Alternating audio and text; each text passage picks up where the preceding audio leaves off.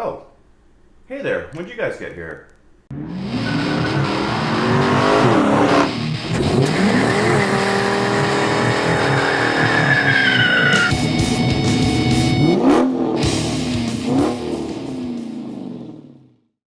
Welcome to my office. So this is going to be a new format video that I'm going to be starting up. I'm going to kind of describe what's going on here and what this is all about. And I think this is going to be really cool, guys. I'm excited about this new idea I have for content. So let me explain a little bit first. I'm going to explain to you my channel name. So 169 Design. What's up with it? Why isn't it like 169 RT or 169 Design RT or Charger Design, whatever. So originally my YouTube name was Clarice169. The 169 is just lucky numbers. I mean, they just come up in my life, so I've always been part of it. But the design, Clarice was my Acura CL Type S. That's what I named her. Clarice from Silence of the Lambs. Anyways, it wasn't reflective of me, so I ended up changing it to 169 Design. The design part is I am a graphic designer. I've been doing it for 17 years. Crazy. Hard to believe it's been that long. But anyways, so I went to school for it. It's what I do for my day job. It's what I do for fun as well. So 169 Design is what I chose. I was going to kind of have some graphic design content on the channel too, but that never panned out. It's been automotive related, as you guys know, whether it's my past cars, my current car, my Dodge Charger RT. So that's been the majority of the content. I decided to keep it 169 Design, and here's why. So this is, over the past years, I've been helping people out on whether it's Facebook pages and groups or car forums or friends, Photoshop things on their are. So, oh, I want to see what these wheels look like before I decide to put them on my car. I'm thinking about doing a wrap. What does this emblem look like? Has anyone done these tail lights? Stuff like that. And so I've been doing that for years. I get a lot of satisfaction out of helping people out. I love Photoshop, obviously. I mean, I've been working with it forever, and it's second nature to me now to be able to do these things quickly. And so, like I said, it gives me personal satisfaction to help people visualize what something could look like on their car. So that's kind of the concept behind these videos, Car Chop Suey. I'm going to be helping people Photoshop things for them to get a better idea of how it's going to look before they pull the trigger on it. I figured this is a great opportunity to open it up to the YouTube audience, to the Mopar community and the YouTube audience, outside of that, whoever. Help people out, but also, create new cool content for the channel. I've created a Facebook page, 169 Design.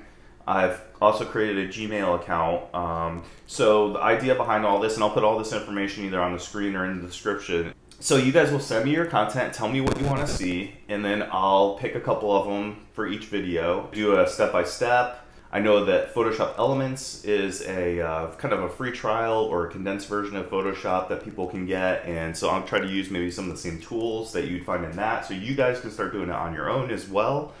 I think it'll be fun. I think it'll be really fun. I'm looking forward to it. And so for this first initial video for Car Chop Suey, I'm going to show you what I did for Build It RT, who were friends outside of the YouTube community as well, on Facebook, a Facebook page. That's where we met. He had a request to see different wheels on his car before he pulls the trigger on them, so I did that for him last week. I'm going to show you a screen share of me actually photoshopping a set of wheels on a car for a different person on the Facebook forum. She wanted to see 3 different options on her car before she pulls the trigger. We've all been there. I'm still trying to decide on rims, so one of them very well may be my own Photoshop of Demon Reps on my car to see what it looks like before I pull the trigger on it. Like I said, I think it'll just be fun. I think it's new and something different, and some of you guys very well may be designers already. I have no idea what you guys do for your day jobs. Here we go. I'm going to show you the before and after for Build It RT, and then I'm going to do the screen share of photoshopping the set of rims for this young lady on Facebook that requested it. So send me your pictures, send me what you want. Like I said, I have all the info up there. Let's get this started. Let's have fun, and I'll try to do a couple a week, and we'll see how it goes. All right. So welcome to Car Chop Suey. Let me start showing you how I photoshopped this first set of rims on this car. Okay, guys, here we go. This is we're in Photoshop now, and so the very first thing we're gonna do is obviously open the file, the car, and the wheels of the member of one of my Charger and Challenger groups on Facebook. And so the very first thing we're going to do here is we're just going to crop this car out. So this is the rectangular marquee tool up here. And so what this does is just let you select, square rectangular things. We're just going to copy this and paste it. And you'll notice over here there's a layers palette. So that's just basically pasting that as a separate layer on top. And that way we can just kind of isolate it from the rest of the stuff here. They kind of put this composition of wheels together here for this car. So I guess we'll start at wheel 1. She wants to see all 3 of these on there. So the first thing I'm going to do is I'm going to go back up to this the marquee tool selection. I'm going to select the elliptical. And so we're just going to kind of try to get the face of this wheel, kind of select around it, get as close as we can. And this looks good. Sometimes you have to move it over a little bit to get it to go perfect. That looks pretty good. And so we'll go back to our original layer where that photo is. We're going to copy and paste it. Okay, and you'll kind of see what that did. So that just isolated the wheel, this first option by itself. We'll just take this and we'll kind of, the thing about the layers is you can move things up and down. So this is going to make this the top layer. So I should move layer 2, which is the wheel, up to the top there. And so you can see we just can grab this. This is the selection tool up here, and just grab this and move this around. So we're going to move it closer. So the first thing you're going to notice is that this wheel is kind of at the wrong angle to match the wheel above. And so what we're going to do is go to Edit, Transform, and flip horizontal, and you're going to see what that did. This is your history panel up here. You can kind of go back and see what you did. That just flipped it horizontally, so it now matches the angle of this wheel a lot better. So from here, what we're going to do is we're going to take out this white in the background. So what I'm going to do is I'm going to go up to what's this called? This is called the Magic Wand tool. Can't believe I forgot that. Normally I have this set at 25%, and what that means is it'll select a variance of 25% of the color that you're selecting. So let's say I select this pure white right here. You can see it's not selecting the gray because it's too far out of that 25% range. So what I'm going to do is I'm going to set it more to like 75%, and you can see now it's starting to select those darker colors, maybe even a little higher. It might work better. Yeah, it's a little better, but you can still see it's missing some of that. So we'll go to 70%, and we might just have to manually select these. Let's zoom in a little bit too. One of the things I don't do well is zoom in enough at times, so it kind of ruins it. But that's pretty good. 70% selects almost all that white. If you hold on the Shift key and select the next one, too far, that's gonna help you select multiple ones. Now you'll see that selecting this didn't select this area here because it's too far out of that range, but I have a trick for that to go back. So let's just Shift select again. That one's pretty good. Shift select these things until we get the majority of it selected. Okay, now what we can do is go back and change it to say like 20%, and then go back into these little areas and see that it'll only select the 20% of what you're trying to select. So it gets it more fine-tuned to get to the area that you're looking for. And so we'll just kind of do that. That's pretty good. I'd say that's really good actually. So once we have the white selected, we're on the same layer still, it's the wheel layer. We're just going to delete that white out. And that way you can see that now it's just the wheel itself. There's no white background in there. All right, so we're getting closer to being able to put this right on top of this and getting kind of the look that we want. Now the other thing I'm going to do is, because obviously this is shot in the studio and this is shot outside somewhere, this is way too light. This is supposed to be a black wheel, and right now it looks charcoal. So what we're going to do is go up into image adjustments, and we can either do brightness, contrast, we can do hue, saturation. This one's usually the easiest one that I think Elements might have. So we're just going to bring the brightness down. You can see there, now it's looking more like a black wheel, like a flat black. We'll just make it 75. Hit OK. OK. So now we've got it looking pretty good, pretty close. What we're going to do is I'm going to go up. If you click right here in the ruler area, you can actually bring down a guide. And so we're going to lay this guide right over where the wheel is on the car to try to give ourselves an idea of how big this wheel should be and where it should sit. Now I can't see this edge of the wheel, so we'll just leave this. So we'll just do the 3. So what you do now is you kind of move this wheel to this area, and you can see it kind of snaps to those lines. And so that will help us guide to the size here. Control T is transform. That will help me shrink the size of the wheel. So we'll kind of do this and go right to that line. You'll see that looks pretty close already. But you can see right over here that because this is not a perfect match angle-wise, it's not matching the edge of the wheel here. So what we'll do is we'll just kind of pull this over till it matches that. That looks pretty good. Double click it and it sets it, and we'll hide those guides. We'll clear the guides. All right, it's looking pretty good, right? Not too bad. Of course, now we have this going over the edge here. Now this is one of the tools that I don't think is going to be in Elements. So I'm going to try to show you an easier way using tools that are in Elements. What you can do is go up to the marquee. Well, actually, what is it? It's the polygonal lasso tool. This should be in Elements, I believe. And what you can do is just use this, and you click it, and then you keep clicking it, and it kind of makes little line segments. And so you can just keep clicking it like you're creating a path, and then try to find the beginning, and that's going to select that area. So it's the same idea, and then you can just delete it off of the wheel. And you can see it's the same results, and I believe this tool is in Elements.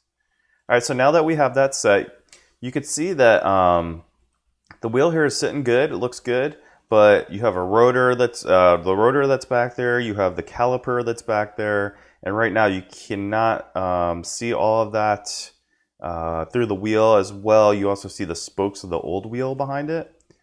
So this is where it starts getting a little more technical. This is where I kind of like fine tune things as a graphic designer. I can't leave it just like that. I think for most people that would probably be good enough, but I'm going to fine tune it a little bit. So we can actually just use, again, we'll try to keep it simple for what might be in Elements, but you can see this inside part of the back of the wheel. You probably wouldn't see that. This would actually be hidden behind the rotors and the calipers. So what I'm going to do is I'm just going to, again, select the area that I want to delete out of the wheel here. All right, and there we go. Just delete that. You can see now you can see more of the caliper. We're going to do this over here too. Now the only thing with this tool is that it doesn't allow you to make arches or circles. So you're limited to just straight lines. So if you want to make something that has a curve or something like that, you have to do little line segments at a time to kind of make it look like it's curving, right? Because you can't bend it, you can't put an arch in there. So you have to kind of make little line segments like this to kind of mimic a curve where you want to delete it out. And there you go. All right, so now this is looking really good, but we just need to get rid of these spokes that you can still see through there. So you can see this is on this level, or I'm sorry, this layer here is the car layer, right? And so I'm going to go back, I'm going to select that layer, and what I'm going to do is I'm going to grab this little tool over here. And now the clone stamp tool, I am not sure if it is in if it's in Elements, but there's other ways to do this. I'm just going to use this for now, and then I can kind of show you how I would do it if I don't have this, and it's limited if you're limited to like the brush tool. But since I have this, I'm going to show you how I would do it. You can see here, this is the area that what it's going to do is you're going to, well, let me scale this down here because it's too big. But what this tool does is if you select something, it will basically take that selection and then paint it over whatever you're trying to cover up. So for instance, if this is a good example because you can see this here. So we have this fog light. So let's say I wanted to take this fog light and I wanted to move it over here. You see I selected it and now I'm just simply painting it, and it's moving, it's painting everything that's selected from that area over. So that's what that does. That's what the clone tool, it clones it to whatever spot you want it to. So you're taking it here and you want it here. You just do that and it moves it over. You see that, get the idea. So for this, I would simply clone this little division here, the black and gray right here. I'd clone it and just paint right over, and that will help get rid of those spokes, and you can kind of, you know, move it around a little bit to make it look like the edge of the rotor is moving up. Same thing is going to be over here. Now, over here it's going to be a little more difficult because you don't have as much. Well, let's see if the tire, if I move that, well, yeah, we can do that. So what I could do is just take this spot right here, and we're just going to paint over what's showing behind the new wheel, and you can kind of see there, you get the idea of what I'm doing. It doesn't have to be perfect because this is behind the wheel. No one's going to really notice it. These are just very fine details that I'm putting in because, yeah, this is the problem with being a graphic designer, is you get perfectionist kind of stuff. But you can see there what it's done. I've eliminated those spokes that are appearing behind the wheel, and now it looks like that wheel is truly on the car. So pretty easy. She just wants to do the fronts, but since I'm doing this tutorial video, or do it whatever you, I mean, I don't know if I could tutorial video, but showing how I do this. What I'm going to do is I'm going to do the back two real quick. This is pretty simple. So you can either hold down the Alt button and then pull it and it'll make a copy. Or you can just bring it down to the bottom here and copy it, and that'll make another copy of this wheel. And so what I'm going to do here is I'm just going to just move it to the back. I'll just scale it to the back wheel size, try to get it, you know, decently close. We'll zoom in a little bit and see if we can get this to look a little more natural. I'm not gonna, like I said, I'm not going to go crazy on this one because it's in the back and you won't see it, and she didn't request it, but might as well just add it in there to give the full look. And go there, it gives an idea. And then on the back, we're just gonna go in with the brush tool here. We're gonna make it black, and we're gonna let's see, I gotta make my brush a lot smaller here. We're just gonna paint behind this and make it black so that you don't see any reflections or spokes poking through there, and it will just look like it's the wheel. All right, so there we go. There is example number 1 of what she wanted to see in here. I'll kind of do this so you can see the original wheels there and what it looks like now with the option number 1.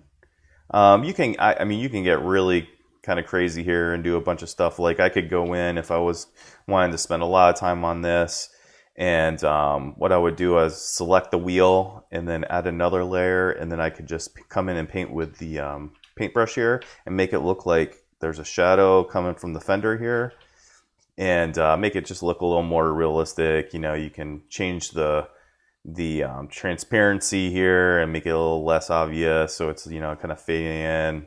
That's how to do that. I've done this for Build It RT. So this is the original picture of his car that he sent me, and then I did the same exact process for this, just photoshopped the SRT 8 wheels on for him. Hope you enjoyed the little demo. Thanks for watching. Peace out, guys.